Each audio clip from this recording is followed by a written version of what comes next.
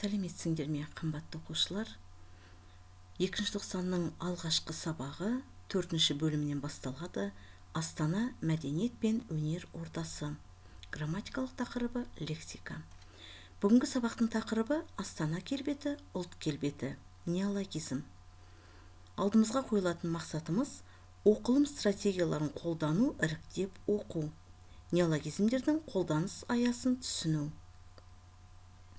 Оқулықпен жұмысты бастайық, балалар. Ол үшін оқулықтарыңды ашыңдар. 52-ші бетте бірінші тапсырма берілген.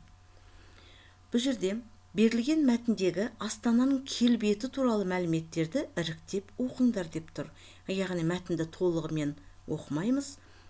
Сендер толығымен оқып шығасыңдар, бірақ қазір біз іріктеп оқыған кезде неге көңіл бөлуіміз керек? Яғни Астананың келбеті туралы берілген мәліметтер.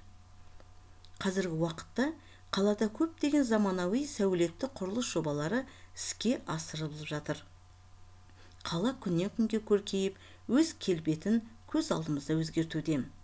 Астана бәйтерек, Отан ана, Қазақ елі монументтері, Хан Шатыр, Думан сауда және ойын-сауық орталықтары, алаңдар мен көшелердегі декоративті мүсіндер, салтанатты Ақорда, сәулеті келіскен сол жағалау, келбеті өзгеше бейбітшілік пен келісім сарайы, сынды ғажайыптары бар сұлу шаһар Астананың көркіне көзің тоймайды. Ұлттық реңдегі көрнекті орындар мен монументтер, ерекше сәулетті ғимараттар, мәдениет және ойын-сауық орталықтары, мұражайлар, театрлар мен галереялар, сауда орталықтары, жасыл желекке оранған аллеялар, түрлі халықтардың дәмханалары, осының барлығын әлемнің ең жас қаласы Астанадан көруге болады. Мәтінді толығымен оқып шығыңдар, өздерің түсініп, балалар. Енді бұның мәтінде кездесетін неологизм сөздерге көңіл бөлесіңдер оқу барысында. Ал неологизм дегеніміз ол қоғамдағы саяси, мәдени, экономикалық қатынастардың ғылым мен техниканың дамуына байланысты тілге енген жаңа сөздер мен сөз тіркестері. Фразеологиялық оралымдар. Олар тілге алғаш енген кезде жаңа сөздер болады да, уақыт өте келе жалпы қолданыстағы көп сөздердің біріне айналады. Мысалы, зымыран, ұжым, елтаңба, тағы да басқа сөздерді айтуға болады. Енді балалар, біздің тілімізде бұрында қолданыста болған, бірақ қазір кейінгі кездерде жаңа сондай бір мағынаға ие болған сөздер де кездеседі. Мына бір-екі сөзге көңілдеріңді бөлгім келіп отыр. Бірінші сөз шөктіру. Шөктіру деген сөз бұрын түйені еріксіз жатқызуды білдірді. Ал қазір ол геология термині болып есептеледі. Желі. Бұрын тек бие байлау уақытында құлындарды тізіп байлап қою үшін қазыққа керілген арқанды атаған болатын болса, қазір тау жынысын білдіретін атау және ғаламторға қатысты термин болып та қалыптасып отыр. Міне, тілімізде кездесетін бұндай сөздерге де көңіл бөлулерің керек. Енді практикалық бөлімге өтетін болсақ, балалар, 53-ші беттегі 2-ші тапсырма.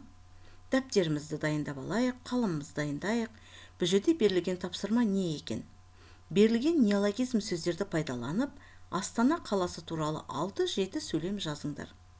Берілген сөздер елорда, зияткер, өркениет, инфрақұрылым, пайыз, мұхитбақ, кешен, нысан, саябақ. Енді мен үлгі ретінде мына бір сөйлемді сендерге көрсетіп қойдым, балалар. Астана Еуразиялық өркениет орталықтарының бірі болады. Бұл жердегі біздегі неологизм сөз өркениет, яғни астын сызып қойдым. Міне, сендер де тапсырманы орындау барысында осы үлгіні басшылыққа аударып жұмыс істесеңдер болады. Келесі тапсырма, балалар. 4-ші тапсырма. Берілген сөздер қолданысқа енді ме? Яғни қазіргі уақытта бұл сөздер қолданыста бар ма, жоқ па, соны белгілеуіміз керек. Яғни қолданыста бар болатын болса, иә деп белгілейміз, ал егер де қолданыста жоқ болатын болса, онда жоқ деп белгілейміз. Енді бірінші сөз, балалар, жемқорлық. Бұл қолданыста бар сөз деп ойлайсыңдар ма, балалар? Иә, бұл бізде қолданыста бар. Әмбебап. бұл да бізде қолданыста бар сөз. Меңгерік. Меңгерік деген сөзді естулерің бар ма, балалар? Жоқ, бұл сөз бізде қолданыста жоқ сөз, балалар. Әйгіленіс. Қалай ойлайсыңдар? Бұл сөзде бізде қолданыста жоқ сөз. Ауани. Бұл да бізде әлі қолданыста жоқ сөз. Жанұя. Қолданыста бар сөз. Ол сөзді кезде күнделікті естіп жүрсіңдер, балалар. Аялдама, ол да қолданыстағы бар сөз. Менімен бірге тапсырманы дұрыс орындадыңдар деген сенімдемін. Енді үйге тапсырма, балалар. 53-ші беттегі 5-ші тапсырма. Неологизм сөздерді қатыстырып 7-8 сөйлем жазыңдар деп тұр.